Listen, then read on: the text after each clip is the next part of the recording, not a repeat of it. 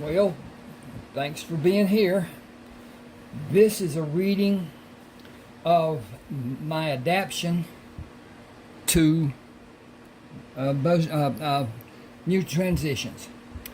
I wrote the book, started out with a line that was depicting an attack on an old man in a alleyway in Denver, Colorado.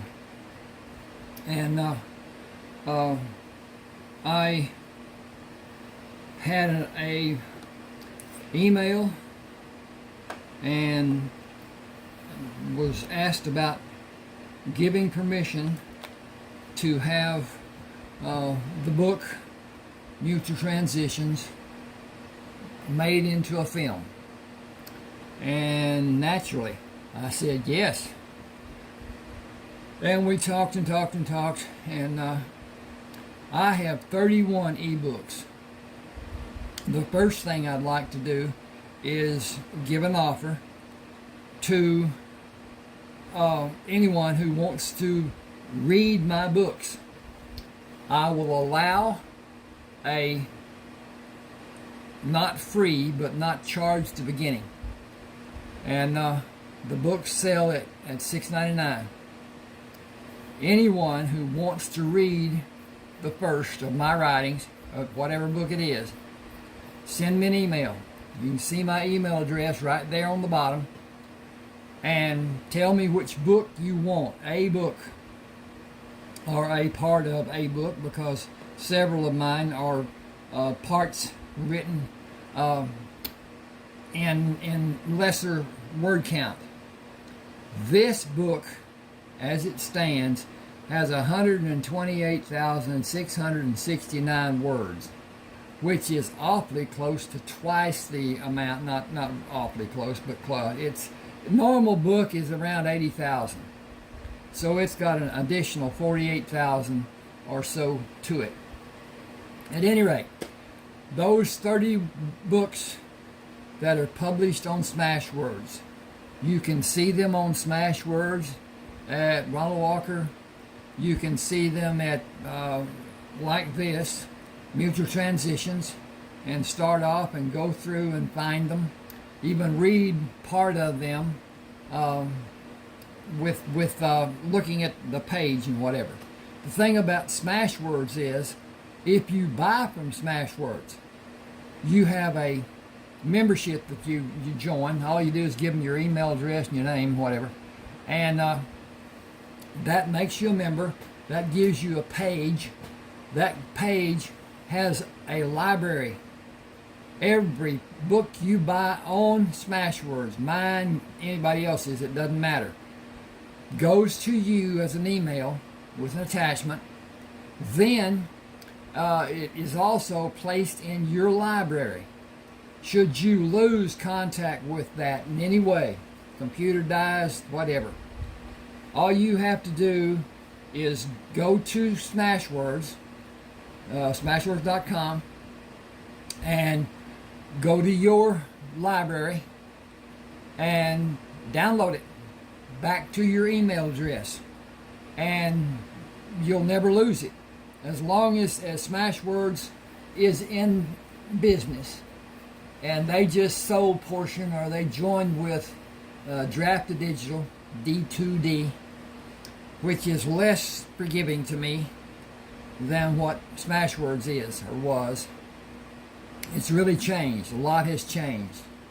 I have a website, and I'm paying an exorbitant amount of money to build the damn thing and have it, and I shouldn't have said that, but anyway, that's how it is. It has been a sinkhole.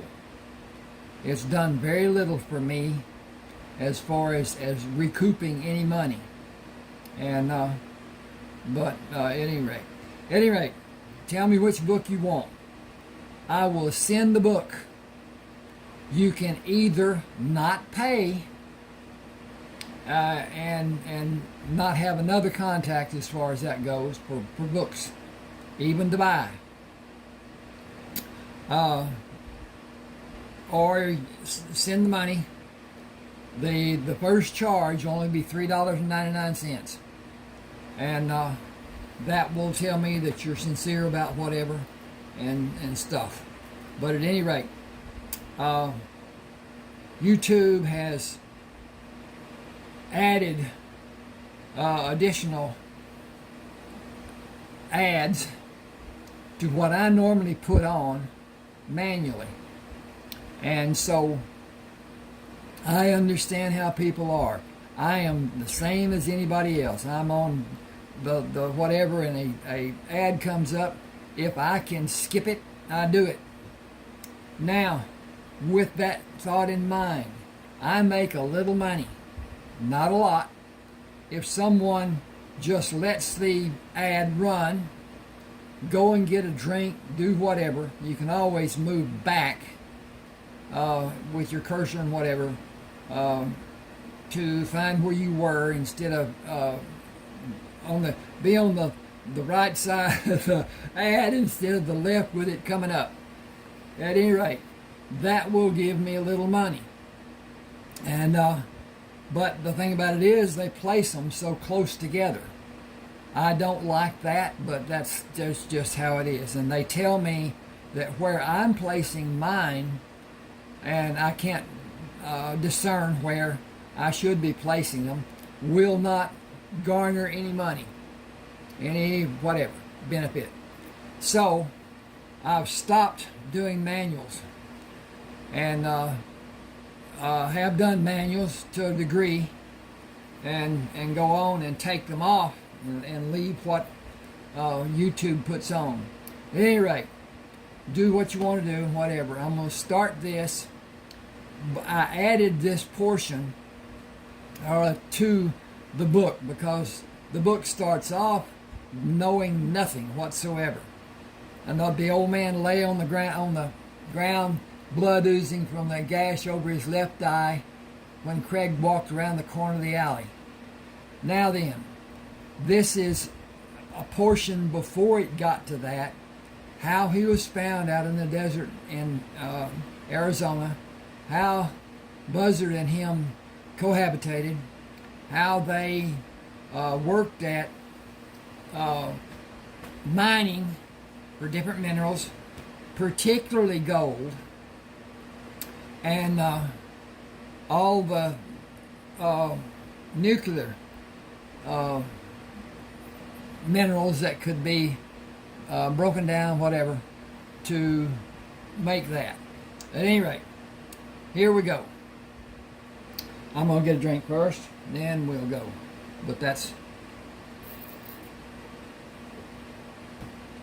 it's hot here in East Texas. M.A. Shields, who amusingly announced his preferred name to be Buzzard, ate the few leftovers and carried the .22 caliber rifle to the flatbed truck. I should hunt away from the house and let the rabbit population increase. Avoiding cactus spines and sharp rocks, he drove south for 10 minutes and stopped the truck, grabbed the binoculars and stepped outside the truck. Raising the binoculars, he adjusted the setting of the magnification. Large black birds are flying in a circle about a mile away. That many birds can only mean they are waiting for something to die, something big. He continued driving carefully in the direction of the circling birds. More birds were on the ground, moving around a large hole with a small opening due to a shelf that formed a canopy over the largest part of the hole. Should be portion, shouldn't it? But anyway, part's good enough. The narrow opening prevented the birds from flying down or flying out of the depression. Buzzard knelt to find the covering canopy dimmed the light. He could not see the entire floor as daylight only illuminated the area directly beneath the edge of the opening where he stood. Backing the truck to remain a safe distance from the edge of the hole, he tied a rope to the bumper.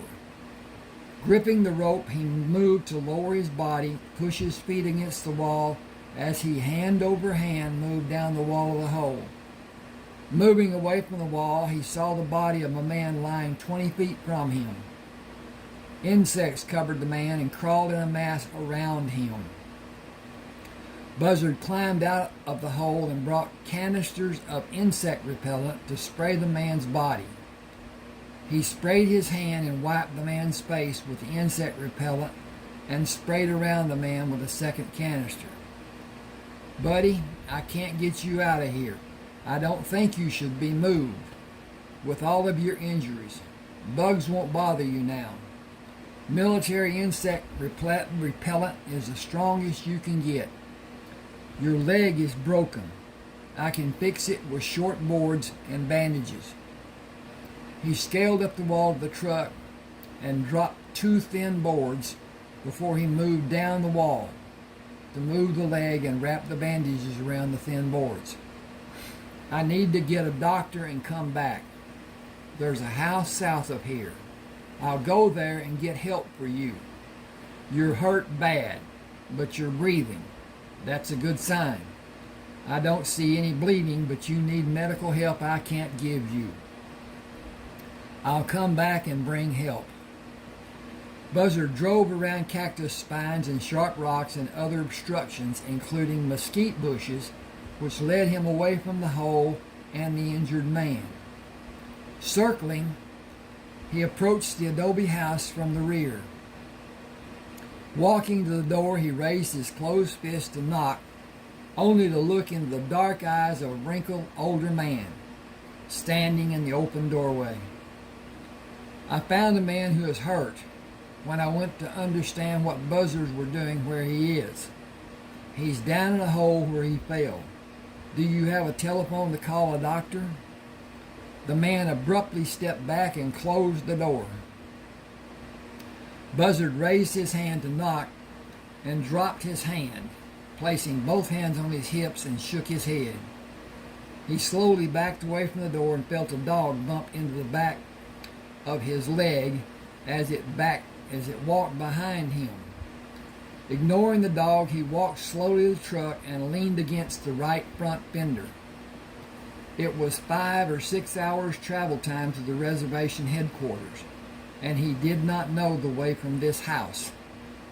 He had not seen a road of any description during his wide sweep of the area.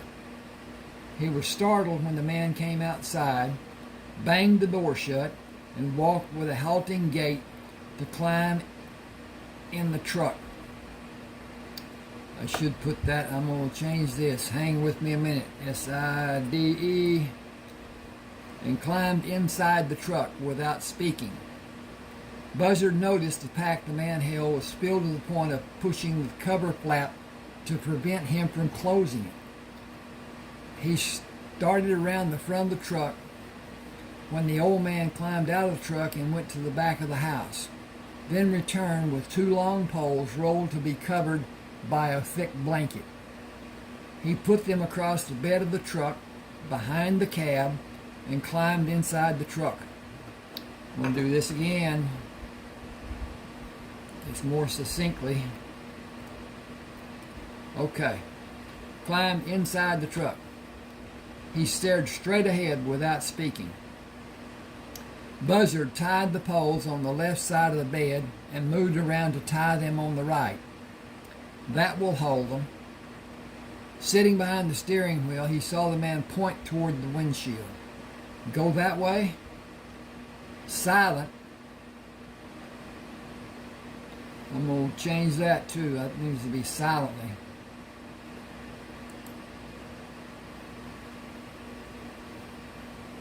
No, that's good enough. Silent. Silent, the man brought his finger to the same position. Will you tell me when I should be careful, or will you just indicate the direction we should travel? Again, the man brought his finger to the same position without speaking. Buzzard used the same method he practiced coming to the house to avoid obstacles in the path he followed, often silently reprimanded by a pointed finger until they arrived at the hole in the ground. The old man used the rope to tie the poles and his pack and lowered them to the floor of the hole. moved to take the end of the rope coming from the bumper of the truck and tied a double sling around his body. Moving to the edge of the hole, he sat with his legs over the edge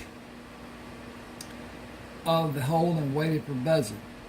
When Buzzard came to stand by him, he turned his body to extend his legs.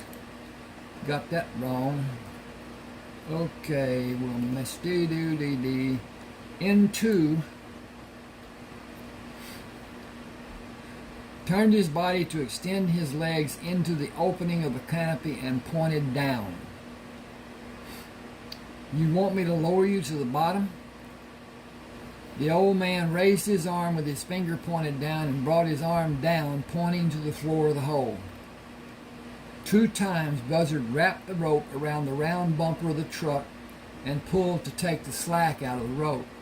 Playing out the rope, he moved to stand at the edge of the opening looking down at the man. I need to check on my progress. Oh, we looking good. Okay.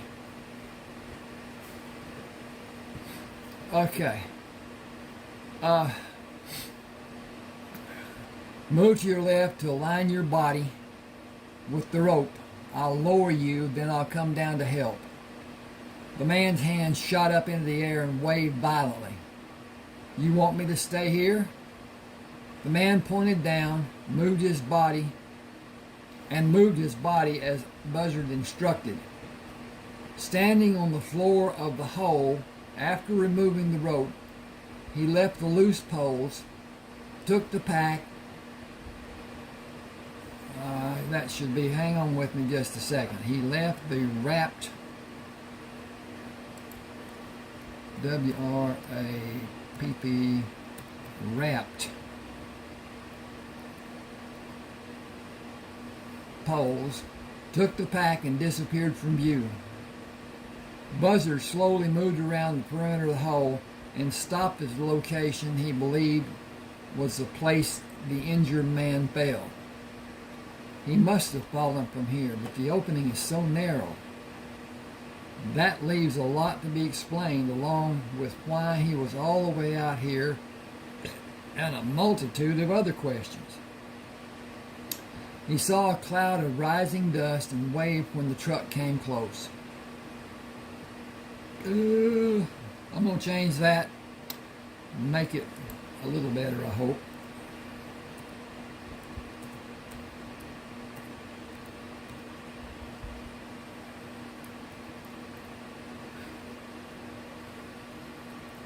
Alright, we got that done. See if this don't sound better. He saw a cloud of rising dust and waved when the truck approached. Dr. Anthony Iron Eagle drove around his position and stopped near the parked truck.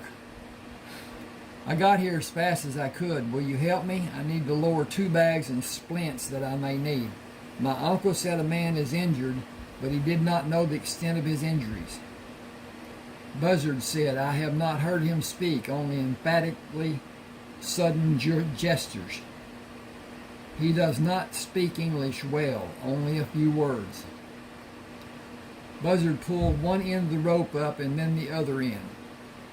Your uncle tied a fireman carry around his body with the end of the rope and had me lower him. It is an old practice. We did it as children for entertainment. I will do the same. Have you looked for tracks to have an indication of what happened? It could be helpful if an investigation is done. I saw tracks, but I did not want to ruin the scene.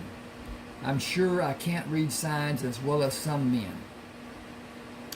I was told you are extremely well adapted. It may help us if you will look. No one will come here to help, so disturbing the marks you may find will not be a travesty. The man may die if he doesn't have medical help he needs. He is not a member of our tribe. You are revered for the help you gave both tribes, or you would not be allowed to stay here. You are valued as a friend of the people. The 3 of us are the only help the man will have today. Buzzard lowered the doctor and moved around the edge of the hole to examine the tracks. Returning the truck, he stepped on the bumper and turned his body to sit on the bed of the truck. He judged the time by the movement of the sun to have elapsed 40 minutes when the doctor called him. "Will you pull my bags and me up? My uncle will tie both ends of the posts with the rope and direct us in lifting." Oh. My uncle will tie both ends of the posts with the ends, and we're going to put that, I'm going to do this, with the ends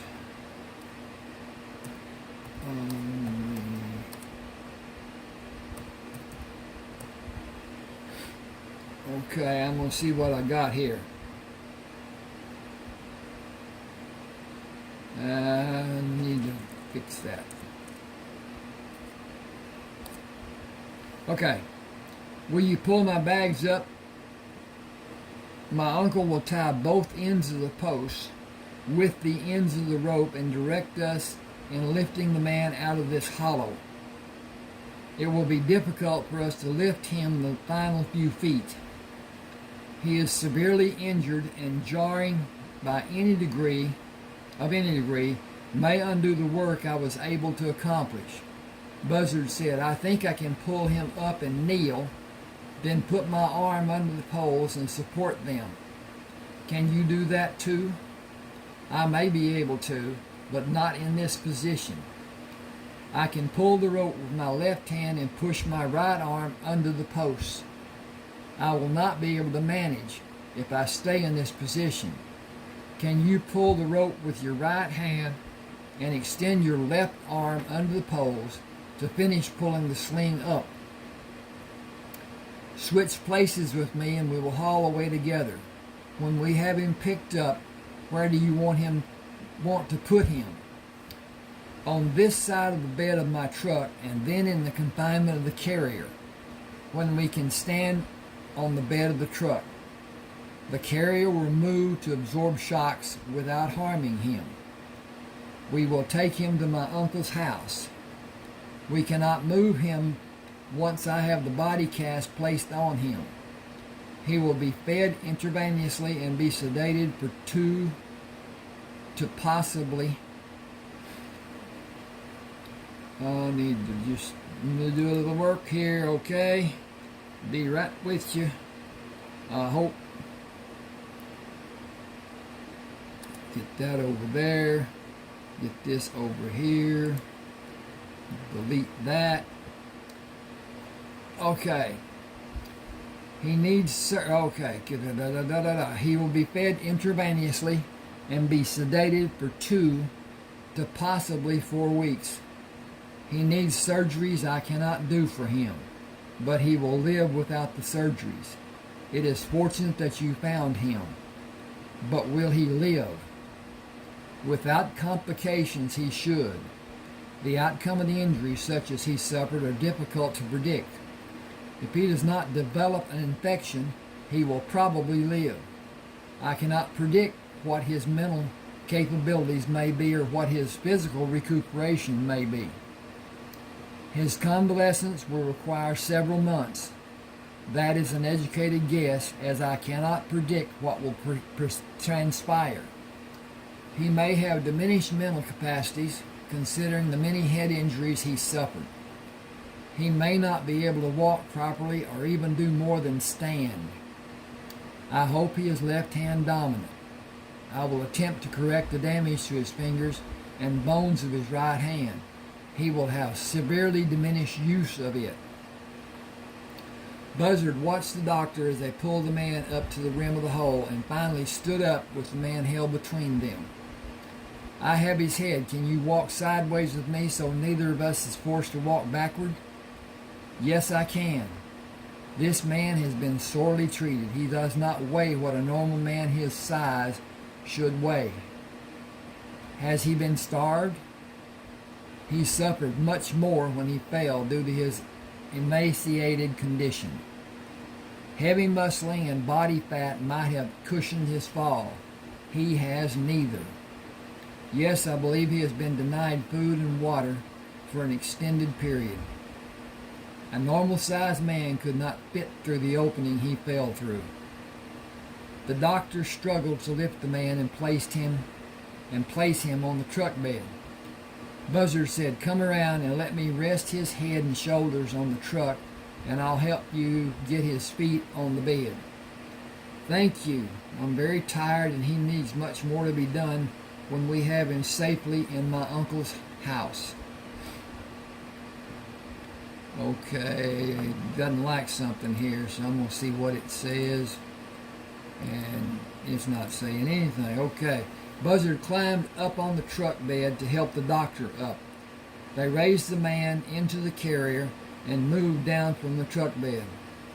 Moving off the bed of the truck, the doctor said, "I removed the splints you placed on his leg because the breaks needed individual attention. I put splints on his lower and upper right arm and right leg. I can do nothing for his fingers except with surgery. Please help me bring my uncle from the pit and you can go. Can you handle the man by yourself? My uncle will help." "I can help if you need me." "I appreciate your offer. We will manage. Others are waiting for us at my uncle's house." Buzzard pulled the old man up with the rope supporting him and offered his hand to steady the man when he stepped up on solid ground. He simply ignored Buzzard's kindness. The doctor helped his uncle into the truck and drove toward the house without speaking. "They act like I didn't brush my teeth or take a bath this morning. I suppose it's a good thing I didn't break wind in front of them. The best part of their leaving is that I can go back to finding my next meal and work on detailed plans for the water transportation and holding." Buzzard spent 3 weeks exploring the surrounding area, cleaning the house, hunting, and having meals he enjoyed. "I must have had food I enjoyed after the hamburgers we had on the plane going to Seattle from Denver. Funny, I can't remember anything this tasty. We will go to Spain and mine gold when we come back and again have the same almost tasteless food. 5 rich men eating like prehistoric cavemen. Back to the drawings and water. Another treat, or should I say reward. I hope the man I found is recuperating more and more every day. I find it odd that I enjoy solitude. Yet I anticipate having time with Norbert, Sherman, and Anthony. They deserve better than they ever have on this reservation. Perhaps at another time." Buzzard opened the door when Norbert knocked. "You are just in time to be too late. Dr. Iron Eagle met us on the road coming from delivering the ore. He wants you to go to his uncle's house to talk to the injured man when he wakes him up. He's been drugged for 4 weeks and it's time to let him wake up. The doc's uncle doesn't like white men, but he won't be a problem." Buzzard said he didn't say a single word to me when we met and the whole time we were together.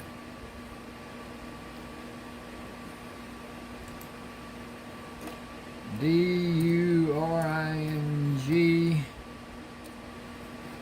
When we met and during, I messed that up. I gotta fix that. During, ba-da-da-da, dink.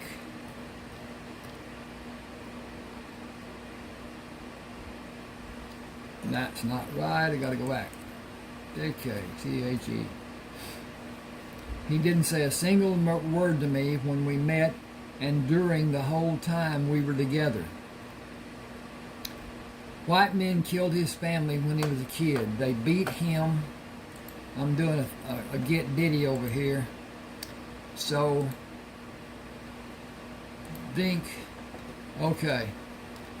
They beat him and thought they killed him. He went with the sheriff and told the sheriff which men did it. What time does the doctor want to wake him? 9:30 tomorrow. We have to get up early tomorrow.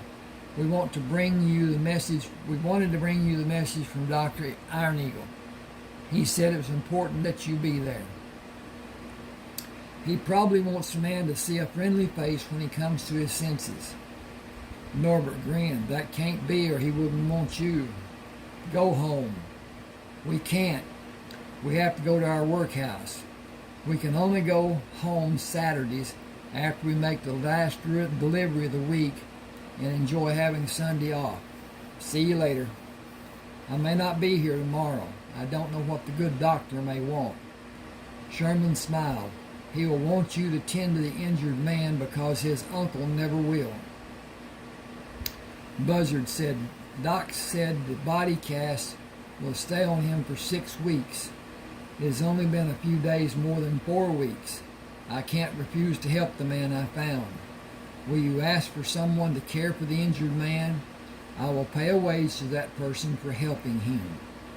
Are you saying we should send a man? The man is in a body cast. He can't wipe his own ass. He can't direct his own urine. I don't believe we will want anyone to help, but he can't refuse. He can refuse to allow a woman. I would if I was faced with his predicament, but I would also weigh my chances and my choices. Can a man cook? Will he clean the house and wash clothes? Will he care for the patient every way the patient needs? I wonder, and I also strongly doubt. Dr. Iron Eagle's truck with the prominent carrier sat on the east side of the adobe house. Buzzard parked beside it and walked around to the front of the house. Dr. Anthony, not Anthony, his name is Anthony, but anyway, Dr. Iron Eagle opened the door. Good, you came. I want him to see a man he can trust, as I might be seen as someone he cannot trust. The nationality of his captors is not known. His arousal may be traumatic for him. You might ease a particular trauma since you saved his life. He may be thankful that you did. I hope it works that way. Come in. I will attempt to bring him to consciousness. He seems to have had bouts of delirium, which indicates his nearness to consciousness. Okay, I don't like that. At any rate, can't find, there it is. I will work from his left side. Will you stand on his right and talk to him and reassure him of his well-being and safety? You must be careful with his injured hand. It would be nice for him to hear his name. I know we don't know what it is. Perhaps he will tell me and I can use it in our conversation. Keeping him calm is my first priority. It's good that I shaved my beard off. Are you ready? I got the easy part. He can't blame me for anything. Do you have the ammonium nitrate? Dr. Iron Eagle laughed. Thanks for trying. You know what it really is. Gently take his arm in your hand and draw his attention to you with slight pressure. I'm going to fix this. Got to. Okay, comma. With SLIGHTPRESSURE.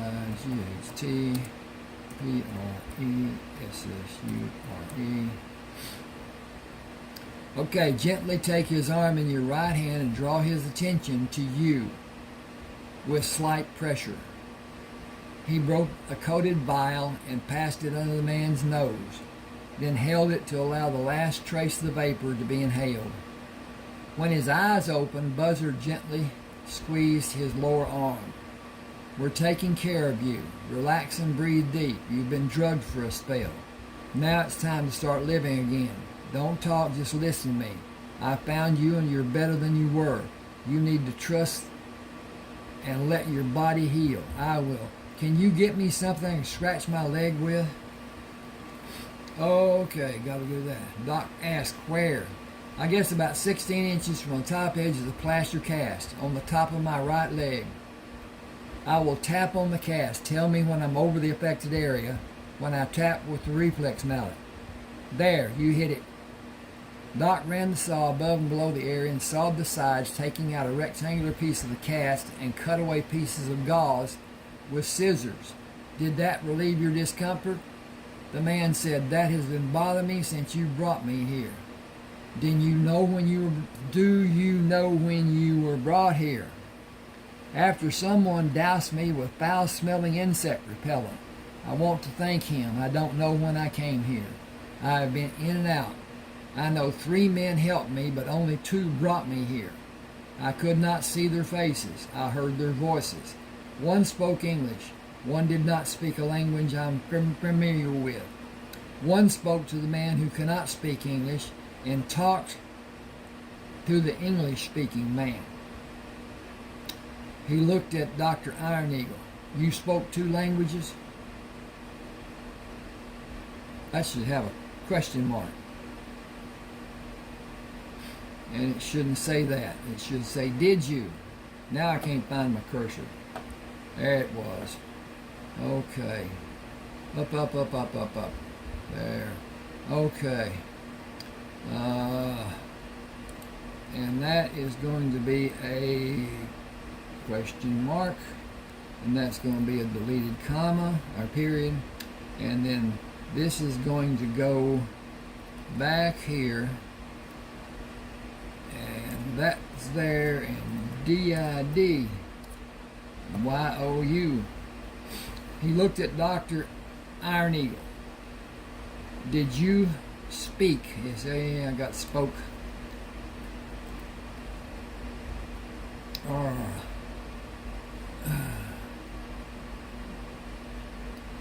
Take care a minute. Just a second. They got it. All right. Did you speak 2 languages? He turned to look at Buzzard. I'm going to save this. Click that there. Click that there. Click that there, and we're done. Okay. He turned to look at Buzzard. You spoke English. Ants were stinging me and bugs were biting. The pain was so strong I did not know where all of it originated. As I said, I was in and out. Everything is not clear, almost dreamlike, fuzzy. Buzzard asked, what can I call you? I have been trying to recall without success. I simply cannot remember. 2 men put me in the trunk of an old clunker of a car and brought me here. I was in the trunk a long time. They argued about how they would kill me and almost came to blows. I crawled backward, away from them. I am not certain what happened after that until you poured the insect repellent over me. Thank you for what you did. How do you feel? What's hurting? What's not? What do you need? Your name would be nice. My mother gave me my name, Morticius Alejandro Shields. It isn't easy for people to pronounce, so I chose Buzzard as an easier name. It is out of respect for a man I hold in high esteem. Buzzard it is then. It is a unique name, but easy to remember. Where is this place? Hang on a second, I gotta check progress. And we are progressing. Okay.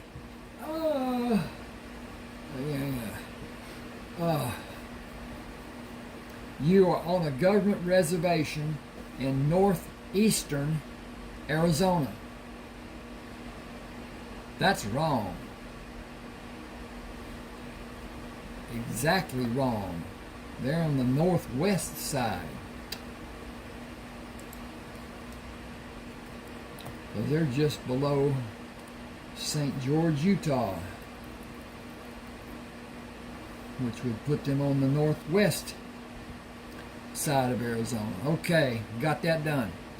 From what I could see in the tracks near where you fell, 2 men brought you here in a car at night.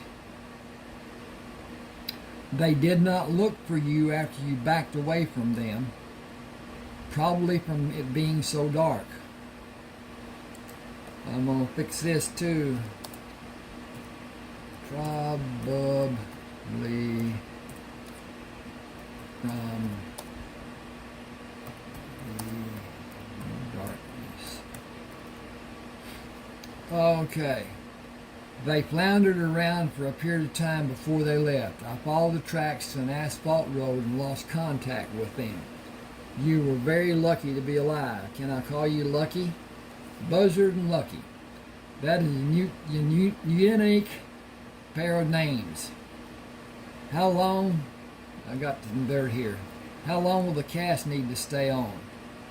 Doc turned to face him. The full arm cast can be removed next week. The lower cast should remain for 3 weeks. Your fingers and wrist are held in a form. I need to change this because that can't be a full cast. P-A-R-T-I-A-L.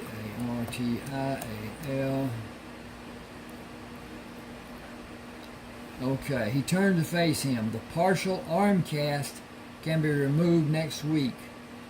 The lower cast should remain for 3 weeks.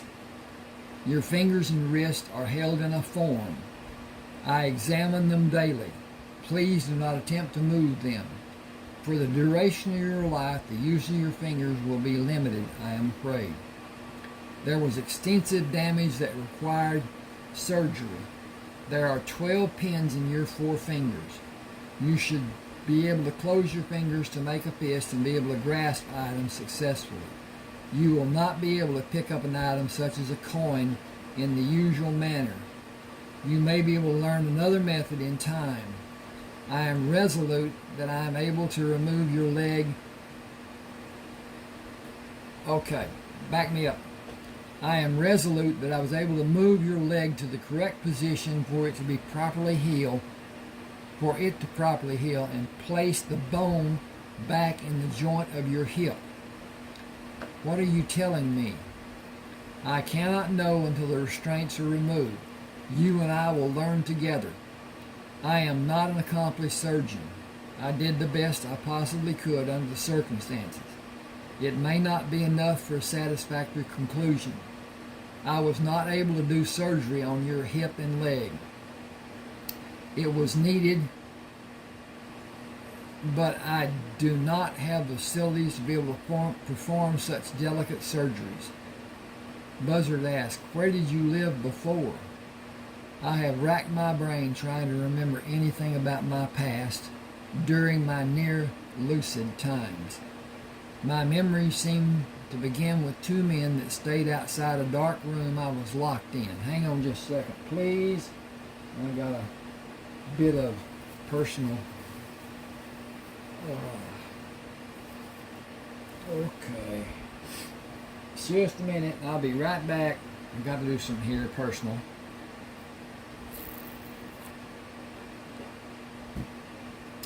Oh.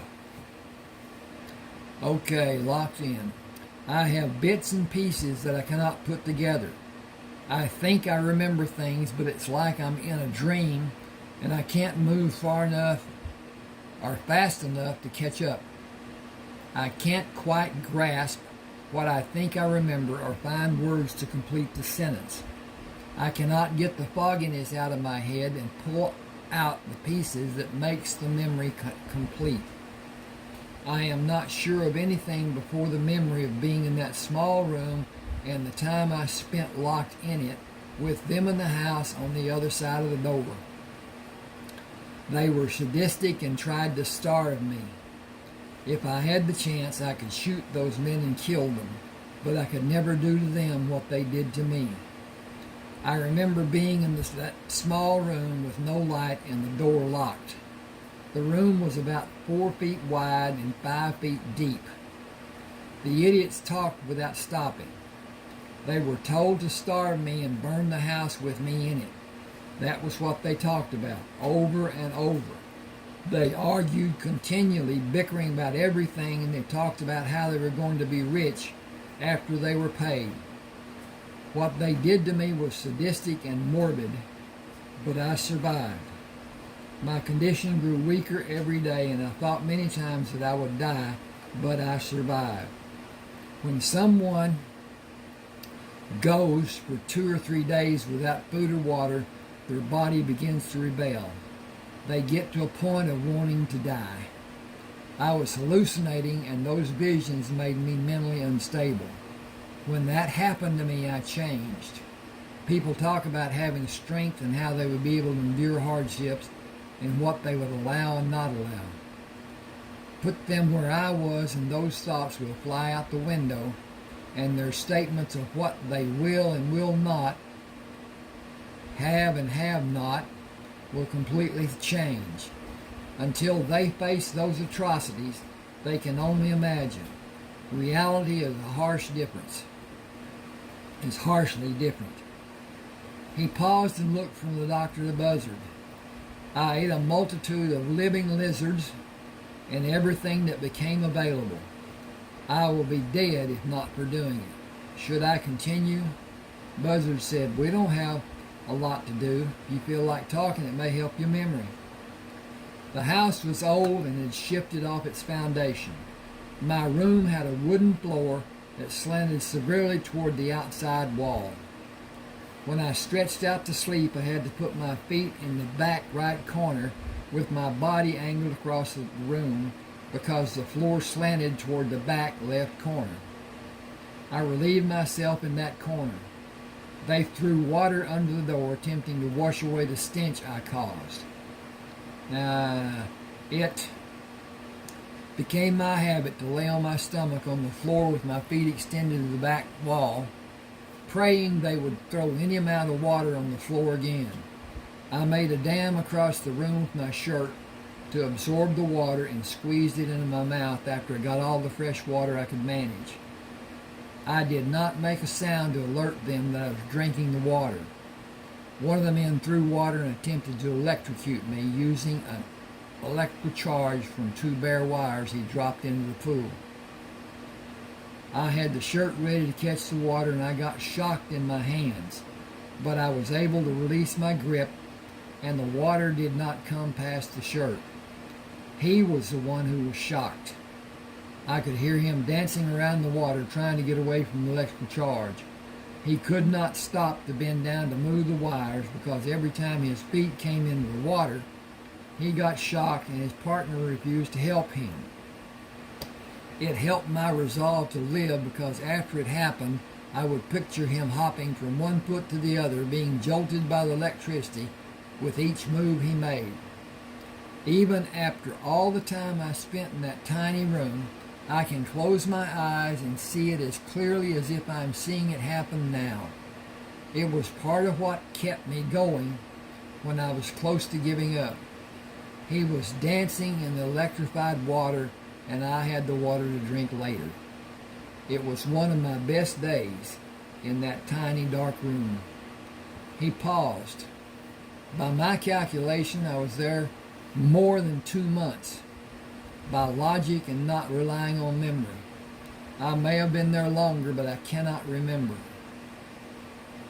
Need to change that. Hang with me just a second, if you're here. I am going on faith that people will enjoy my reading. I understand the length of progress, patience a person may have. I enjoyed writing this. I enjoy reading this. But then that's how I am. Okay, my memories begin inside that tiny dark room. I have flashes that I'm not able to hold and place where they have a beginning or an end. I have difficulty concentrating with those flashes coming all the time. I am tired. I think I can sleep. Buzzard said, I'll be close by. Holler if you need something. Doc turned to leave the room. I'll make a plate for you if you want to eat. He is better than I thought he might be. Thank you for coming. Can you come again tomorrow? I'll do my best. I'll get your food. Please watch to see how he reacts when he gains consciousness. He was not apprehensive or agitated earlier, but that may not hold true. He may be startled, even frightened, when he regains consciousness. Trauma victims are sometimes confused. You were a reassuring presence for him earlier. I will be close and watch him, Doc. Tony brought a plate to Buzzard and sat in the chair across the room from him. Do not ask. I never have, and I have survived. Some things are better left unspoken, and some things are better left unknown. Just enjoy his cooking. Buzzard smiled. I used the name Morty until I joined the Army. While I was working as a carpenter, a man would ask, "Where is that buzzard?"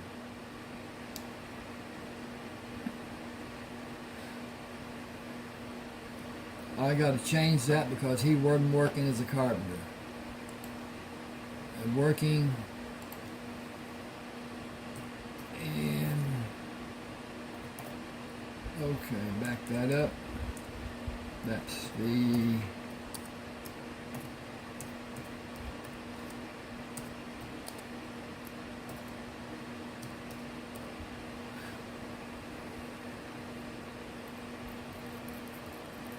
hang just a second. While I was working in the House of Time, a man would ask, "Where is that buzzard?" He was a good man. I used buzzard because of respect for him. My nephew calls me Unc. The injured man, buzzard called Lucky. Got to put a comma there.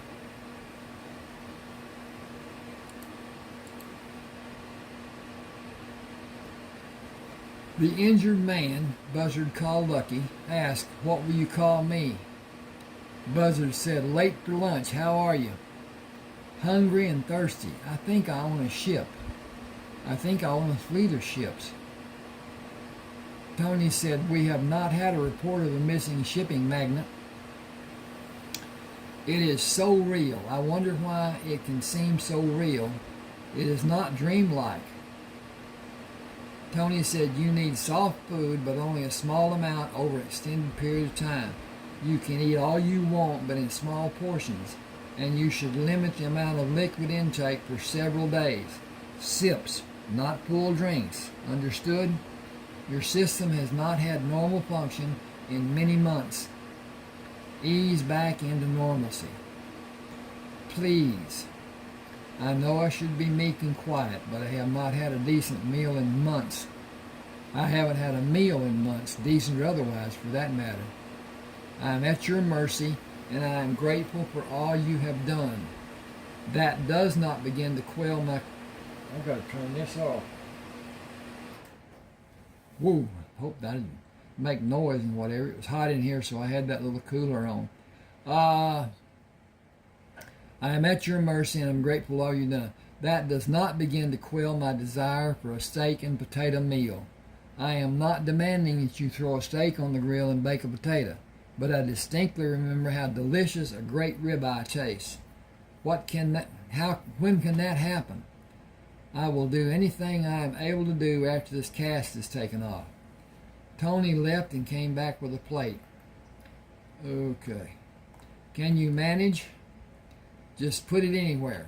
I will do whatever I can. How bad is my left hand? You will have limited use of it until you develop a talent you may never master. I may never be able to use my left hand. Sorry about this. This is wrong. This should be right.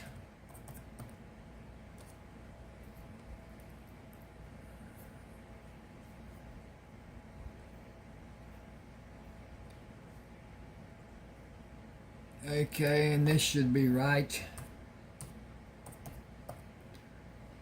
because of things being what they are. Tony said, "I'll get a drink for you. Will iced tea suit your taste?" Love it. Now, how did I know that? That is a mystery science has never been able to explain. You may know what you like and dislike in many tidbits of knowledge and have no knowledge of what your memories were before your tragic loss. The triggering point of traumatic amnesia.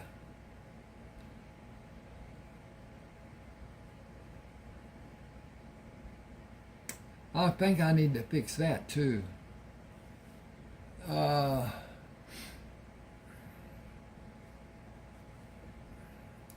Is that what I have? Traumatic amnesia?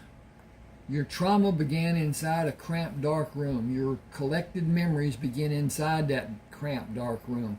It is reasonable to assume you were made to be unconscious by force. That reckoning of your predicament and the result may be the cause. It may be such a terrible realization that you will not allow yourself to remember. You said the two men were paid to kill you. Who might have employed them? I think that will be your first key to remembering. It may never happen, but you are alive, contrary to the desire of some unknown person or persons. Those two men were too stupid to tie their own shoes properly. They put me in a room that was so dilapidated even small rabbits and snakes came inside and saved me from starving. A man can do terrible things when he is hungry. I did. I would again. Both of you would. I lived in that room because I outwitted those two men. I lived to be brought here because Morticius Alejandro Shields cared enough to find me and help. I lived after I was brought here because Anthony Iron Eagle wanted to be a doctor and help people. If I was a rich man, I would divide my holdings with both of you, but I do not have the price of a small stake. What else can I say? I do not have the slightest inkling about what will happen to me even in the next few minutes. I cannot say what I will be able to do when the cast comes off. I may or may not be able to stand, and walking within several weeks is probably not possible. My future looks rather bleak. Buzzard said you are responsible. Buzzard said, you are my responsibility and I'll take care of you until you want to leave. That's my word and my bond. What, are you rich? I have investments. I am not worried about money. I have no idea if I ever be able to repay you. Just do what you are able to do for now. You can worry about what might be when I run out of money. Tears came to the man's eyes. I will pay you back someday, some way. Eat a few bites and wait to eat more. That's your first job today, not talking about paying back. Your second job is talking to Tony and me about anything you want to talk about. As I see it, the only way you can progress will be an improvement from where you are now. Each day will be an improvement, because each day you may not remember anything more, but you will exercise your facilities, and like a well-exercised muscle, strength will come and you will have improved. I think that's all that's important for you. Charlie Luck. I think about how lucky you are, and I thought about the most common name I could imagine, and Charlie came to my mind. Because I don't know a better name, and you can pick one of your own choosing at any time. I'll call you Charlie Luck with your permission. Just Charlie most of the time. When you can get around, we'll move to my house on the other side of this reservation. He put a small bit of food in his mouth and savored the taste before he swallowed. Then another. That is heavenly. How much can I eat? If you have no feeling of nausea, continue as you're doing. Your system will indicate what it will allow. He smiled at Buzzard. If you can go through life being called Buzzard, I can tolerate being called Charlie. I will not hurry eating, and I will talk as you ask. I am anticipating having these casts taken off. Can the time be cut short? If you will not move, the upper part of the body cast can be removed next week. The arm cast can be removed the following week. Your leg will need to be held immobile 2 additional weeks and removed after the arm cast. You will not suffer damage after 2 more weeks. The mending of the bones will be complete, but strengthening will continue. Should that have a comma? The bending of the bones will be complete. Yes. Comma. Comma, comma, comma, comma. Okay. I advise you to give more time for the process and allow your body to regenerate. You will not walk without assistance for a period of time that you may not desire to tolerate. I have no means to make any prediction of how long. You should be tolerant. I hope that is a warning to you of the frustration you will face. You think it will be time for me to put my game face on? Faces, not face. It will test your patience and your resolve. I anticipate a lengthy process and heightened frustration. Okay, that's a division. I need to check on what's going on and what's not and what's ever and there. I hope you enjoy this. Please subscribe to my channel and hit that like button. It helps a lot. It's an algorithm finding proposition. Everything that's put on my page, the algorithm reads it. Now, as far as AI goes, this part of Word, it is AI generated. It will correct, even when I don't want it to at times, words, punctuation, all kinds of things. That's AI.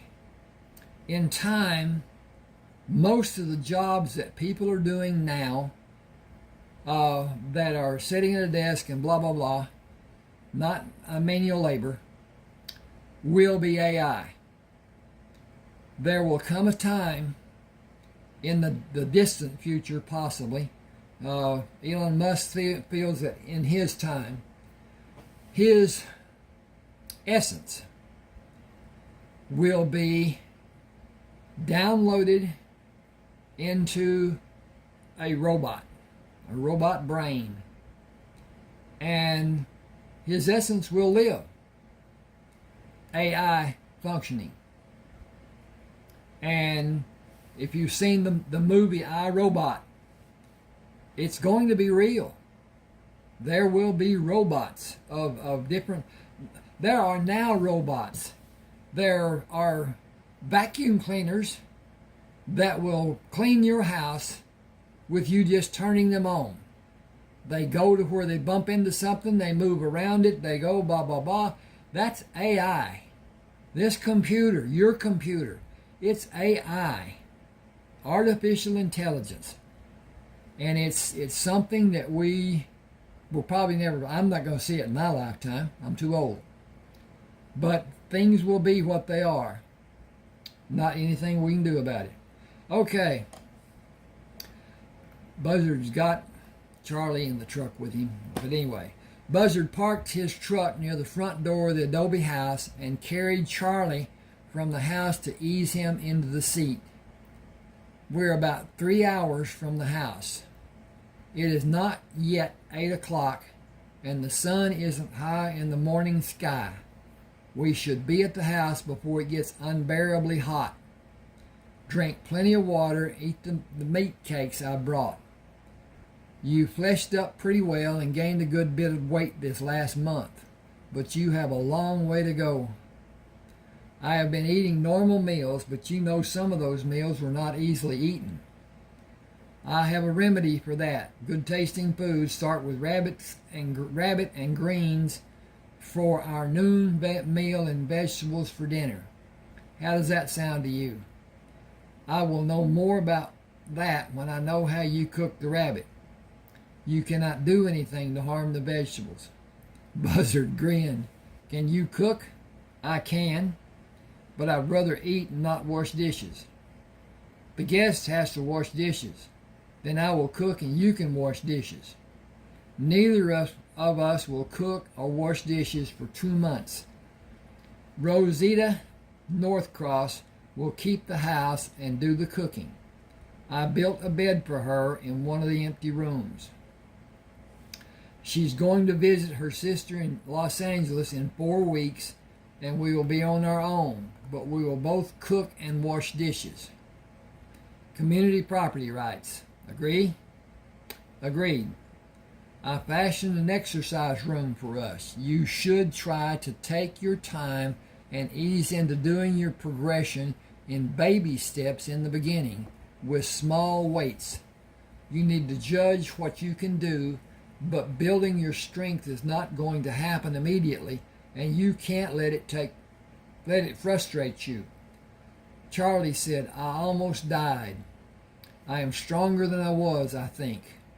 I fear that will forever be my frustration, not being able to remember the things that come to my mind in shadows and blurs. I think it is important to concentrate on the present and expand your knowledge. Let the past stay as dormant as it is, without attempting to bring back old memories. I think in time you will have parts come to you. I hope they will all be good memories. Charlie said, I have considered my present circumstances for a month. I am penniless. What am I going to do? You cannot continue taking care of me, and I have no expectation of anything miraculously jumping into my pockets. That will not be a problem for a long time. We will find and mine gold. The gold we find will not be enough to divide with either the tribes wherever we find it. It will be ours. The leaders of both tribes have instructed me to keep the gold and never tell a soul if I found a single sliver.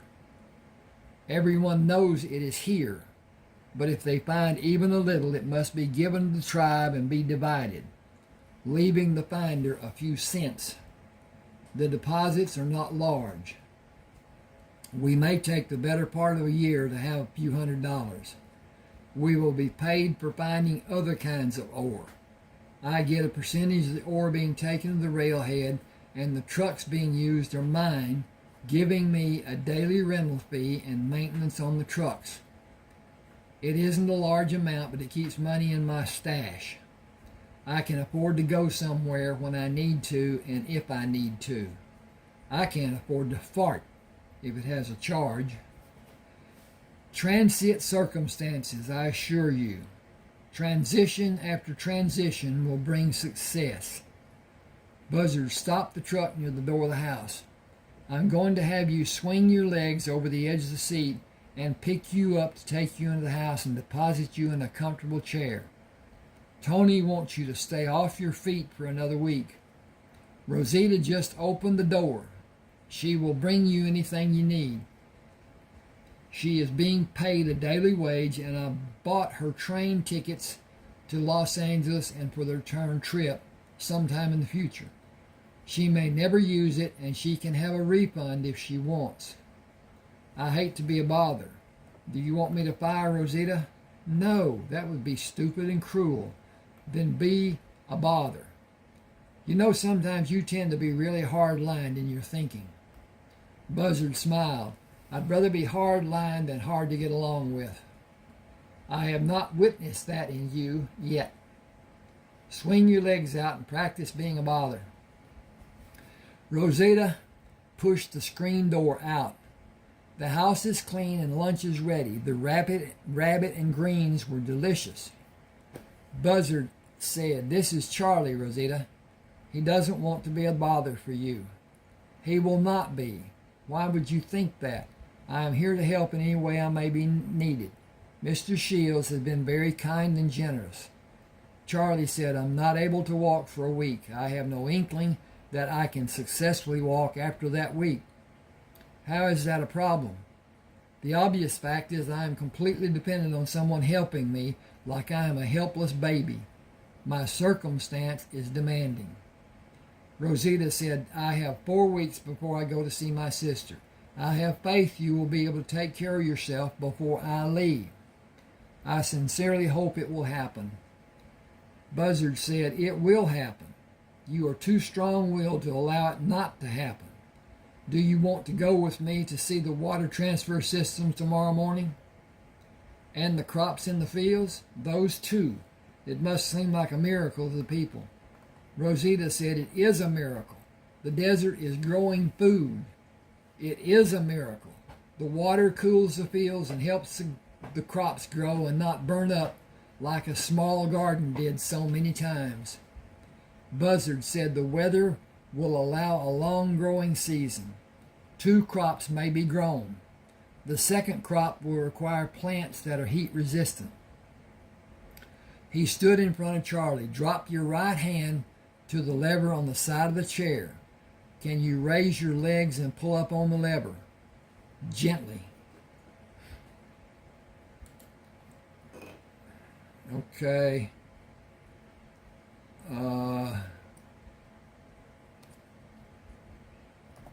Gently. Okay. We did that. Charlie pushed his feet out and pulled the lever up, raising the leg rest of the chair, and pushed his upper body against the back of the chair, moving it to fully reclined position. I could sleep here. You moved it to recline like it was nothing new for you. You seemed comfortable moving it. I have this type of chair in my house. Do you? Is your house close? I believe it is far from here, but I have not reached a point of knowing where. Pieces come and seem to slip away before I'm able to recognize and identify them. Don't push it. Let it come naturally. I believe it will. You will see them clearly, You will see them clearly, and you will. I've got to find my cursor here. Ding, ding, ding, ding, ding. Oh, there it is up there. And you will retain them. They are not lost, just hidden away, waiting for you to call them out of hiding. I'm sure it will happen. Charlie said, the terrible part is not knowing anything about my life before I was locked inside that room. I want my life back. That is not possible if I cannot remember. Buzzard asked, do you know how to play backgammon or checkers or Yahtzee or cribbage or cards? The tribe scrounged around and found games we can play. 1 week. That is all I will give you to try to entertain me. Then I intend to walk. Buzzard moved around and looked at Charlie's feet. Not without help. With the difference in the lengths of your legs, you're going to need a built-up shoe. It won't give much flexibility when you walk. Can you build one? I can get it close to the right height. You'll probably need some stuffing in either of your shoes to compensate for not being exact. The difference is less than an inch. That's not too bad. Maybe I can tiptoe when I walk. I think that would put a hell of a strain on your foot. It would be better with a thicker sole. You mean it would be better if I put my shoes on the correct feet? Now that would be a sight to see if you transpose them. Rosita brought a plate of food for Charlie. Do I have the privilege of eating in this chair? Buzzard said, you have the privilege of not moving out of that chair unless you feel the call of nature. I'll take you to the John and stand you in front of the commode to keep you balanced. You will provide guidance through the endeavor. Stand up straight and don't put extra weight on your short leg. It needs time to continue mending and growing. And when I need to sit, will you also have a bedpan? That is another can of worms. You need to be patient and careful. It could determine how much more length your healing will allow your leg to grow, gaining growth. Both the hip and the break can have growth if you allow it to happen. Your hip joint will grow new tissue, and with it supporting the ball on the end of the femur, either sitting or lying down won't stop its growth.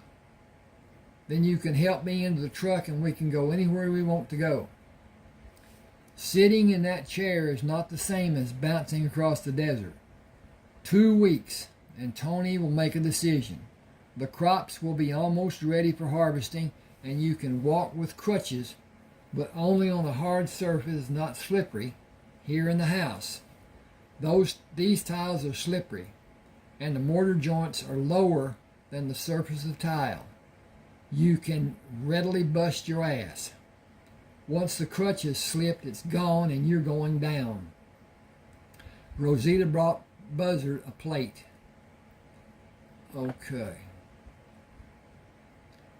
I got to do this. Okay. SECOND. Rosita brought Buzzard a second plate. There is more if someone wants it. Buzzard said, thank you. Charlie, do you want seconds?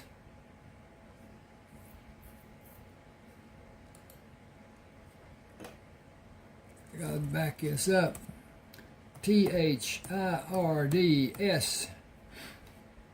Buzzard said, "Thank you. Charlie, do you want thirds?" He nodded his head. "After what I have had to suffer, and as delicious as this is, I do. But split it between us, please."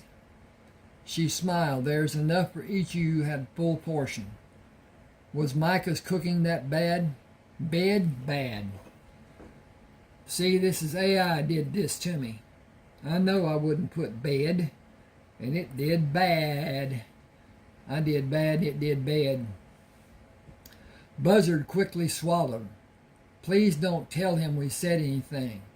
He was kind enough to let Charlie stay in his house and feed him. It sometimes didn't have a distinct taste. At other times it had an unpleasant taste." She stood straighter, placed her hands on her hips. "He didn't tell you he cooked with herbs? That was what made it taste bad. But it was healing, too." Excuse me a second. I got a personal endeavor. I took the second COVID shot. I wish I'd not taken the first one, much less the second one. The first one made me a little ill. It's like when you first start getting the flu, that head feeling you have and blah, blah, blah, just off. Never did get really sick. But my nose runs. It has run since that time. What's that been, 2 years now? And I wish. My wife works at a hospital. She was forced to take the shot. And I was forced to say, hey, if she's incubating, I don't need COVID. So I took the shot too. And wish I hadn't. But anyway, I think we got lied to about all of that stuff. Let's see. Buzzard laughed. He seldom spoke to Charlie. He never spoke to me. He did not speak English when he talked to Tony. Even that was rare or away from our hearing. Tony told us what happened to him when he was young, and we understand why he feels as he does. She shook her head. Those people were caught and hung by our people. That should have been enough. He knows he's wrong, but he will not change. Don't expect him to bring something and come to check on you. His kind of hate does not have room for being civil. He helped me. He did that because the tribe wouldn't like it if he didn't. He did it out of concern for his own benefit, not to help you. He let you stay in his house for the same reason. He let Mr. Shields come to his house because he helped the tribes, and they would blame him and turn their back anytime they met him if he had refused you. He is a hateful man. Charlie asked, would he hate all spotted dogs if a spotted dog bit him? He probably would. It's just the way he is. Buzzard said, we will not go anywhere we can... Whoa! I got a knot in there. It shouldn't be there. Buzzard said, we will not go anywhere. Man, I don't know why I want to do not, but I do. Buzzard said, we will go anywhere we can on both of the reservations. Are there other people we should be made aware of? The same will be true for everyone. No one will refuse you if you need something. The reservations don't belong to us. We can't say who or cannot go anywhere, especially you.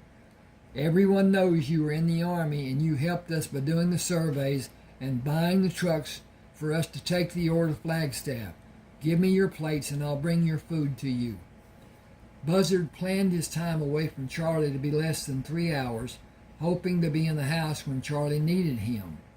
Hunting and checking on the farms usually required less than 2 hours for each to be done. Working to extract gold from the cave was next on his list to do. Hang on just a second. We got a division here. I want to see where we are. And okay, that's looking good. Boy, I like that cover. The 3 planes over the mutual transitions. Love it, love it, love it, love it. I did that. I built that. I built all of my covers. But now, Some of them are just playing. Anyway, Buzzard pulled a magnet out of his pants pocket. I want to see if you can tell fool's gold from real gold. I hope this will be a learning experience for you. Charlie laughed. You want to see if I will make a fool of myself? Why should I play along with you? What will I gain? When I found this cave, I was certain I found a fortune. I couldn't tell anyone about finding it and have someone help to distinguish the real gold from fool's gold. Fool's gold is more lustrous than real gold, and it has properties of iron. The magnet will be pulled to fool's gold, but not to real gold. You will find both in this cave. I was fooled. Will you be? Give me the magnet and I will not be. Buzzard said, you may have diminished past recall, but your cognitive facilities are still functioning. Take the magnet. Let me go in first and wait for me to call you. I want to be able to leave the cave quickly should I have the need to. I fully understand and appreciate your apprehension. Bum, bum, bum, bum, bum. Buzzard searched the cave and called Charlie. Look at this and understand it is fool's gold. Iron pyrite. It has little monetary value. The strychnine, which is sometimes associated with it, has more value. Moving deeper into the cave, he pointed toward the wall, slightly above their heads. That is precious gold. This vein below it is gold mixed in quartz. We will take out the lower ore and have an easier time getting the pure gold. The mixed gold and quartz has to be separated using a chemical separation process. I have no interest in doing anything that time-consuming until later. I believe we will be busy without doing that. I will be here if we have time and want to do it later. The other cave is near the house. Buzzard drove the truck to the house and carried the shortened sawhorse to the door. Come try this to see if it is a good fit.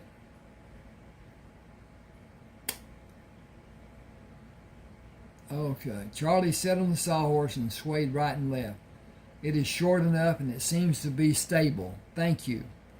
I know you cut the legs off to speed our work in the cave instead of building a new one. It wasn't that hard. Building another one or cutting down to size will be the same. Getting to work in the cave was my motivation. Okay, I need to do something here. I need to just check what page this is and come back to it. Okay.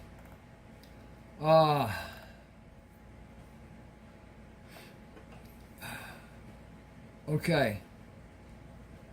Getting to work in the cave was my motivation. For me or for you? I can go anytime. Naturally, I did it for you, but that means it was for me too. We're a team. Excuse me a second.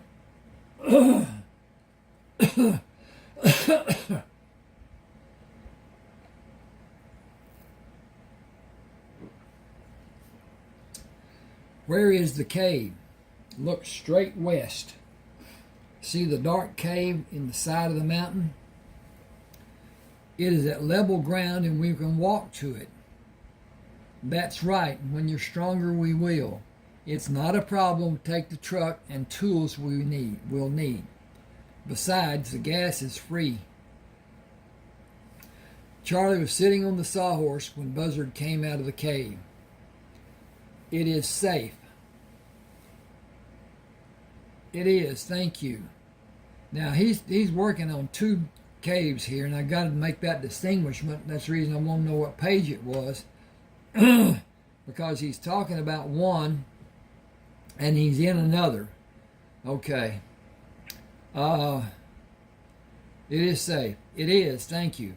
I want you to understand the difference in this cave. Oh, he asked, is it safe? Okay, the difference in this cave and the one we just came from. Oh, okay. You don't need to explain that. Okay, I'm better. That one will require hard work and not much will be gained except over a long period. The ore deposits in this cave are prolific in comparison. We are going to take out several $100s a day when you can work all day. I have the means to shelter and feed us. At this time, I don't need the gold you are going to see when we go inside. We don't need to hurry. That is my point. No one will come here and take the gold. It will be waiting for us when we have time to work on it. Charlie frowned. What dollar figure will we finish this project? Oh, what dollar figure?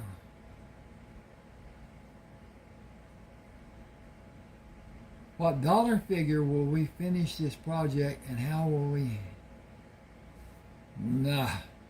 What will the dollar figure be? The dollar figure be when What will the dollar figure be when we finish this project and how will we handle exchanging the gold? Bank deposits? I can only estimate by employing the width and height of the deposit of pure gold. Substantial might be appropriate without a definitive conclusion. I feel the need for you to understand how you might leave this area when you have the desire. Do you expect some need for me to have such a plan? Only caution. I may be able to drive the truck. The horses will be your means of transportation. One to ride and one to carry the things you will leave with. Placing the saddle and pack securely on the horses will require knowledge and practice.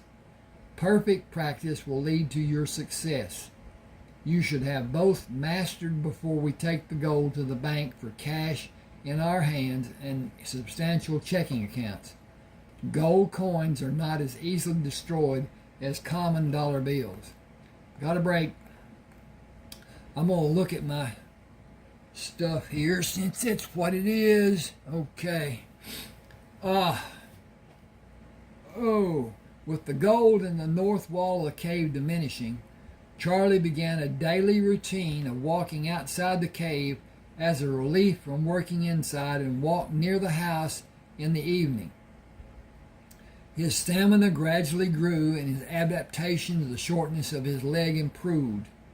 He established a daily exercise of going inside the barn to feed and curry the horses before bedtime.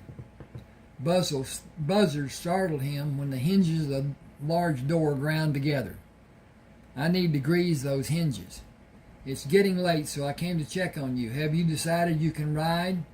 Did you pick a favorite horse? Charlie stroked down the back of the horse with the brush. This is Hiram. He seems to be more reserved than Dino. You named him Dino? Short for dynamite. That is not concise, but perhaps appropriate. If I need a horse to ride and a horse to carry a pack, Hiram will be my mount and Dino will carry the packs. Okay, why has that got that there? Don't know. I need to do this. Dink, dink, dink, dink. There was 3 spaces there. I don't know why that was there. My presence stopped your adventures. No, your presence diversified my adventures and added to my life. I regret the way you came into my life, but not that you did. But, shut up. That's not yours to expand. Fully understood. Good. Do you know how to prepare a pack animal rigging? Not even a solitary clue. Are you finished with Hiram? I can be if you have something important to show me. Buzzard moved to hold the front horn of the pack saddle. This keeps the pack horse safe from harm. That bigger saddle blanket is thick enough to do the job of protecting the horse. All of the rigging is designed to hold the saddle in place and also protect the horse. With the rigging placed properly, the load will not be allowed to shift in the front or back or move either side. Placing it and tightening takes as much practice as loading the packs. Hang the bags on the 4 horns, but put whatever you are going to carry alternately in the bags to balance the load. When you are satisfied that the load has been done correctly and tied properly, cover it with a canvas and secure the canvas. The horse will not tolerate a loose end hitting him. Keep the load comfortable for the horse, while you keep the horse safe. The entire process requires a bit of understanding and practice. Unlike a riding saddle, the pack saddle should be checked during the journey and taken off the horse when you stop for an extended period. A truck is so much easier and it doesn't need to be fed and cared for. Charlie took the bail of the kerosene lamp. Time to get ready for bed. We may finish taking out the gold in the north wall tomorrow. We have removed more than I thought we would. Are you still sure the tribal leaders want us to keep it a secret? It would only be a small amount for each person to have. Nothing has changed to make the circumstances better. Jealousy and violence will prevail. I was warned a long time back in the past. Hang on a second. This is another division.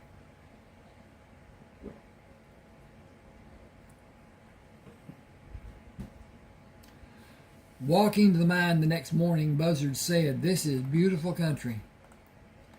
In a sense it is, but more trees would make it even more beautiful. View it as it is. Relish the beauty you see. Appreciate the grandeur of the desert.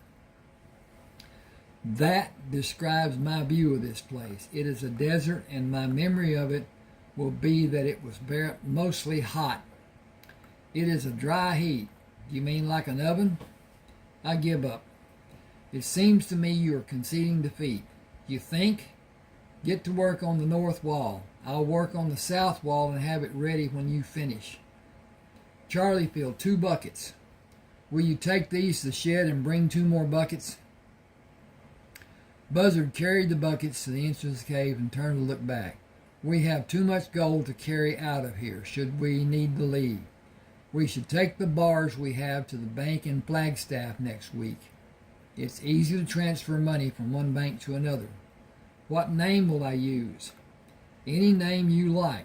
The bank will give you a book that lists your deposits and withdrawals. You can use your book at any bank and deposit cash when the transfer is done. You will have an account in the new bank. Didn't seem to fit there. You're worried, aren't you? You're worried that someone may come looking to finish the job, aren't you? Not so much worried about someone coming for me. That's been done already. You saved my life. You have been everything you possibly could for me. I am concerned that they may come for me and get both of us.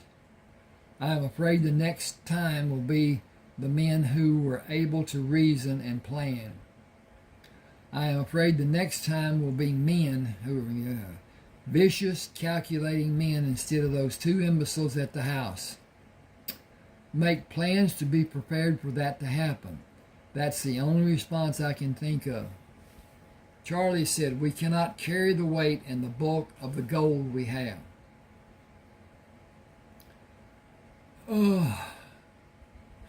No, we should convert it. But we can't take a trip with a large amount of money and have it taken from us. Deposit it in the bank is the only thing I can think to do. Only a few $1,000s worth. We cannot afford to have anyone see this much gold, even by making several deposits. You're right. How much money do you think you might need to get you through the next 2 years? 2,000 should be sufficient for several years. We will need a way to carry the cash and keep it concealed. Money belts. 1 around your waist and 2 around your legs. That will keep part of it safe in case one part is stolen. Not around the waist, that is expected. Only a thin wallet with a few dollars in it, a bag of some sort, and a money belt around each thigh up high. Nobody will ask you to pull down your pants to check for money. Bury the rest of the gold and come back for it later, or be bold and take all the foreign bars to the bank along with the nuggets.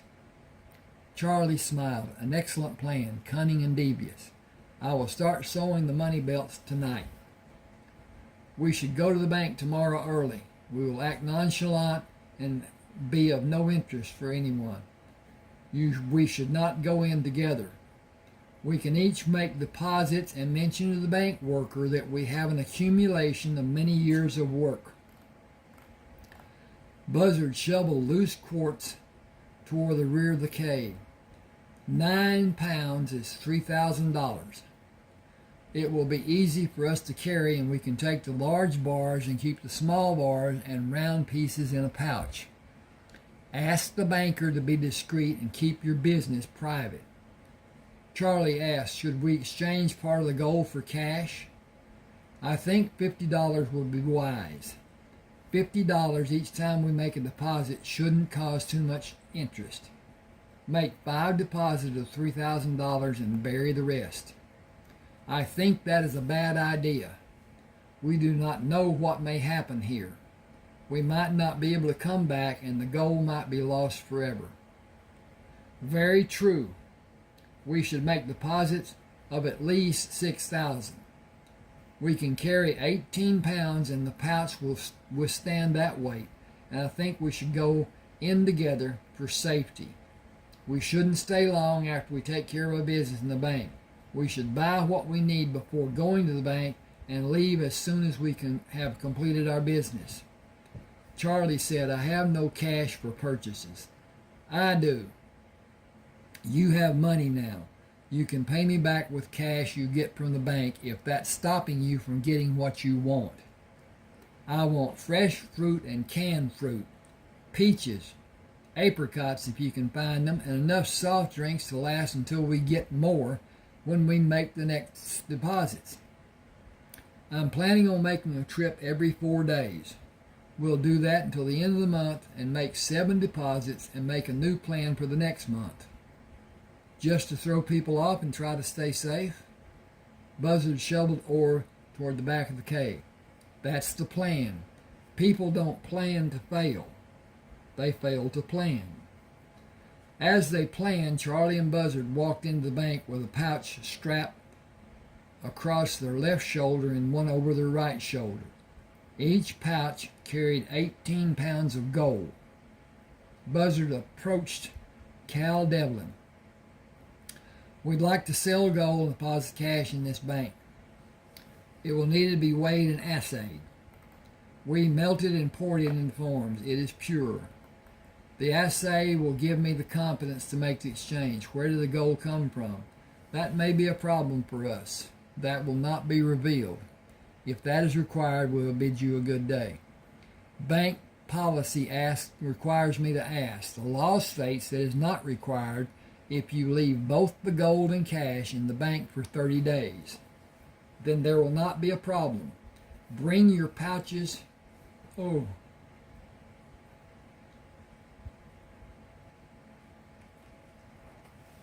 Okay, I misread again.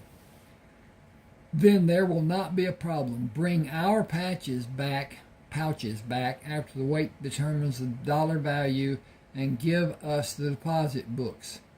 We will ask for complete discretion on the part of the bank. Certainly, discretion will always be exercised.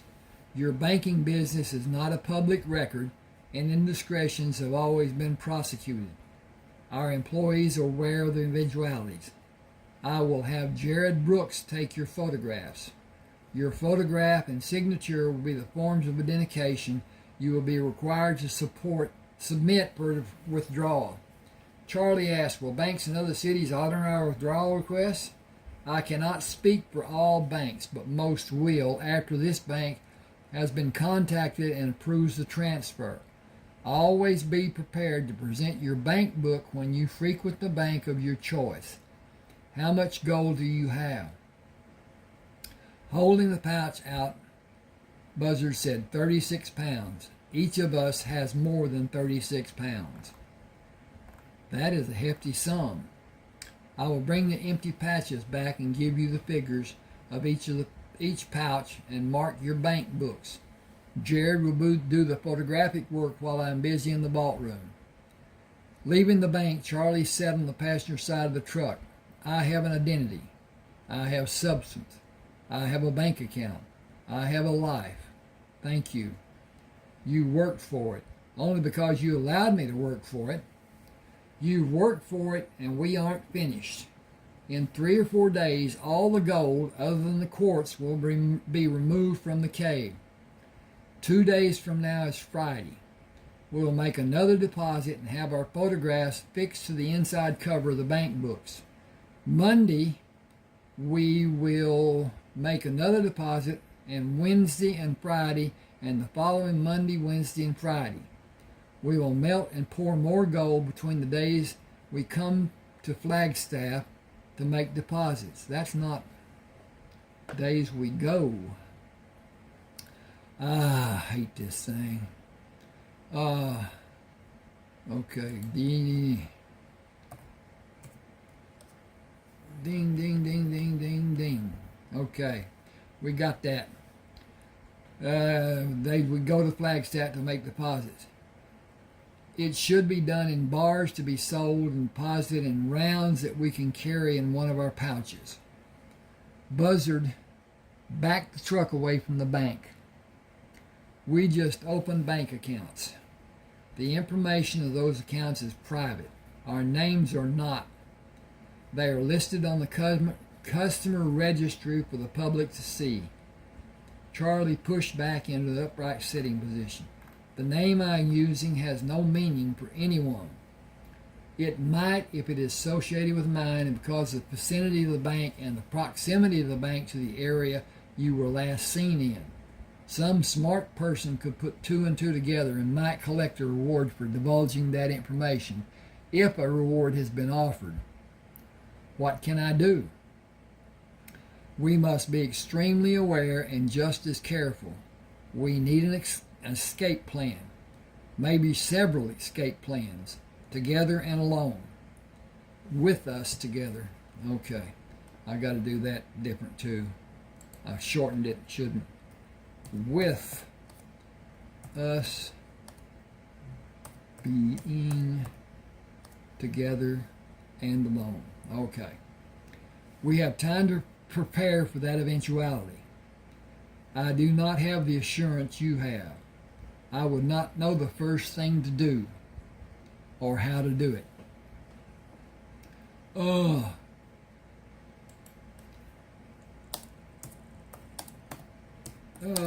To do what may be needed. I do not know the first thing to do or how to do what may be needed. You do. Saddle Hiram first. Be prepared to jump in the saddle and ride for your life. Prepare Dino for the packs, load and leave. Getting free is most important. Coming back will never be an option. Go away from the problem. Go to St. George to collect all your cash and sell the horses. Buy a train ticket in another name and use initials and your last name. Go away from the trouble. Don't stop in a small town. The more people around you, the better it will be. I think that needs to be, the more people around you, the better it will be. Okay.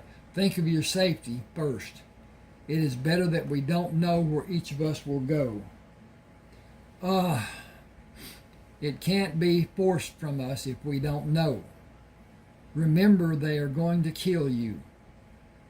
They were going to kill you.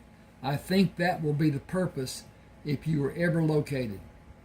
Charlie said, I believe you're correct. The 2 idiots who held me prisoner in the house were supposed to kill me and make it look like an accident.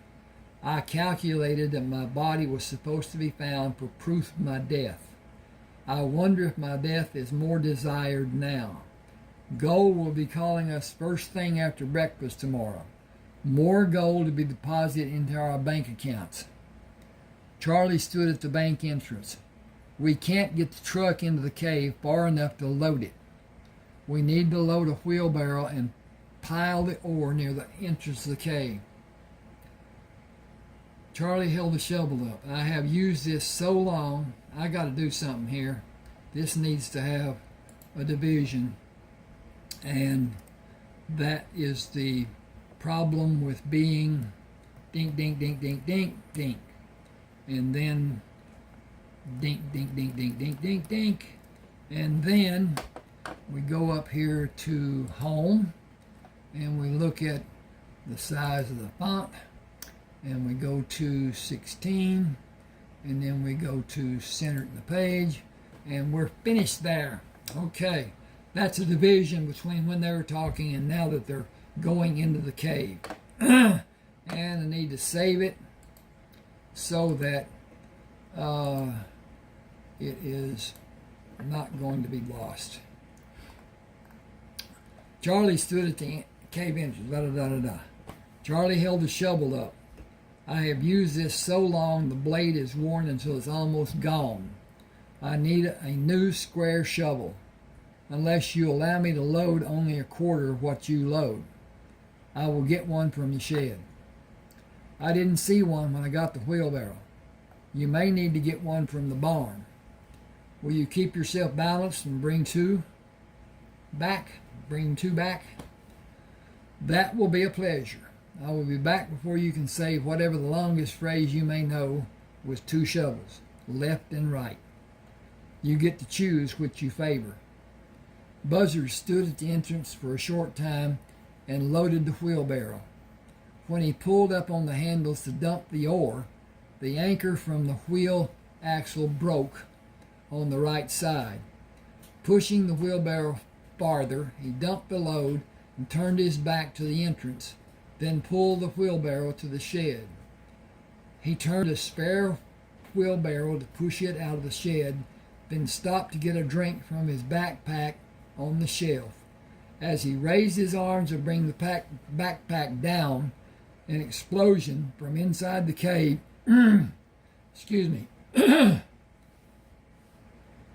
leveled the shed, knocking him down with the left side of his face on the dirt floor. The west wall lay on top of him.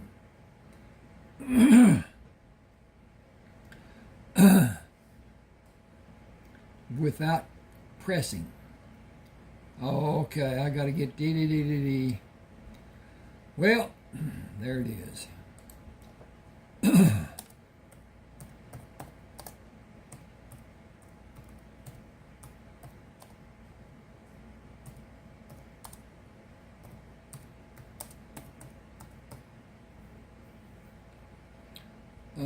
Okay, D, that's not.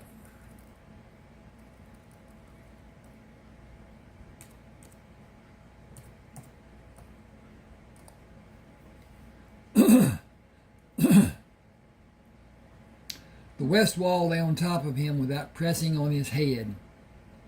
Charlie haltingly moved to look at the scene from outside the barn door. A dark cloud of smoke rose out of the cave and decreased to a light-colored tendril before he could see the pile of rubble inside the cave. Buzzard is gone. Nobody could have lived through that. It even knocked the shed flat. I have to get away from here. First load Dino, then load saddle Hiram, and get what I need from the house. Go away from the danger. That was what we planned to do when something like this happened. Less than 30 minutes later, he rode northeast to keep his presence unknown from someone who might be watching, with the barn sheltering him from their view. He continued until he was sure he could not be seen by anyone near the cave and turned Hiram in the direction he felt would take him to St. George, Utah. He would not push the horses and take whatever time the journey required. He was safely away from the danger, and he had everything he needed except Buzzard. He lost his only friend and his only guidance to help him navigate in the world he was so unsure of. He stopped and attempted to ease his heart rate. I am not at ease, Hiram. You may need to find your own way until I am able to think intelligently. I have never been so frightened. but I am regaining my composure. We are going to St. George in Utah, as Buzzard told me to do. Charlie rode until the sun was nearing the horizon. He stopped several times to allow the horses, hey, back up here a minute, I'm going to get a drink.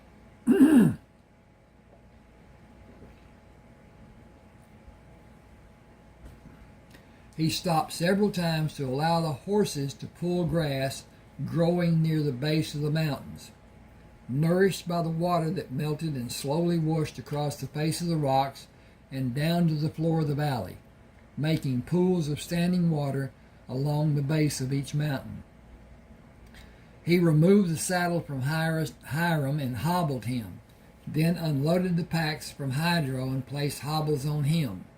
The horses moved to the grass and grazed into the night, leaving Charlie wanting a fire. He had not seen wood for a fire since he began following the valley floor as he moved steadily north. St. George and the railroad was at least a 3-day journey using the horses. He calculated his need for the 3 days sitting in the saddle and leading Dino. It was necessary, but he sensed the dread of the harrowing trip to be done. He was not comfortable sitting in a saddle all day, and he was fearful about the outcome of what he needed to do to travel to St. George. Someone might be following. He could only load the packs on Dino and saddle Hiram and ride until he knew the horses needed nourishment and water. After they rested, he rode again. He found a spot where the water flowed down the mountain to drip off a shelf of rocks and pool at the base of the mountain. Filling the 4 canteens and waiting for the horses to drink their fill, he stepped into the left stirrup and pulled his weary body into the saddle. We have been fortunate, Hiram and Dino. I can only hope our luck holds. I am missing Buzzard terribly. Give me a second. Okay. He would know far better than I do what I should do. I need to try to preserve our strength for whenever we leave these mountains. The grass will be sparse and the water will be less than what we had. I will give all the water to both of you on the last day. We will need to travel into the night to reach the water we will need. The moon is coming into the full phase and we will be able to easily see the path we need to follow. I hope the night air will be cool. It will lessen our thirst and hopefully give us hope for a successful journey. Charlie stopped at the second pool of water to let the horses drink and graze for an hour. Leading them to the pool for the last drink, he pulled his sore body into the saddle and started north. He found shallow pools along the way and let the horses drink what they could before moving north again. The sun sank behind the mountains and night came. He pushed the horses to continue in the bright moonlight. We need to travel as far as possible tonight. The mountains will turn gradually to be more to the west, but still mainly following a northerly direction. When we come to a place they will turn west, we must leave them and go back into the desert. That will be later tonight. We will rest before we go into the desert. I cannot give you all the water you will want, and we must continue through the day to rest a few hours and go on to the city. That is my hope. I wish Buzzard was here. It is terrible how much I wish for him. Moving through the day, Charlie stopped at intervals to pour water into his hat and give sips of water to the horses until he drank the last drops that emptied the last canteen. It was the only water he had during the day. It was not satisfying, but he judged it to be sufficient. The horses did not hold their heads as high as they usually did. They were not searching the horizon for an escape from their labor as usual. They were near defeat, and they would not continue long if all hope was seemingly lost to them. The sight of a light far away brought their heads up, and Charlie was forced to hold them to stop an impulsive run toward the light. I promised both of you we would live to see St. George. I hope it is the city lights we are seeing. We need it to be, but if it is a city or only a house, we should be able to find water. Charlie rode into St. George and stopped at the light in front of the stable. Can I get water for me and the horses? Did you run out? Unfortunately. You can use the watering trough for the horses. Fill your canteen from the pump. What do you want done with the horses? Will you buy them? They are solidly built and bred from good stock. I see they are. $10 for the two. $25 and $20 for the two rigs. They have been recently shod, and they have always been well fed and cared for. I will give you $40 and you can leave your possibles here. They'll be safe. Charlie pulled one pouch over his head to rest on his left shoulder and pulled the second strap over his head to rest on his right shoulder. I'll come back in a few minutes. Is the leather shop open? It should be. Mel lives above the shop. You can knock on the door and get his attention. He'll be glad you did if you buy anything. I need 2 suitcases. He'll have what you want. When will the train come here? The train to Grand Junction stops about 10 in the morning if you're going east. The train going west will be here a little after 2 this afternoon. It is hardly ever on time. Almost always. Okay. This starts mutual transitions. And this is how I wrote it without the excerpt that I've just read. The old man lay on the ground, blood oozing from the gash over his left eye. His assailant stood posed to strike again when Craig stopped at the corner of the alley. Hey, what's going on here?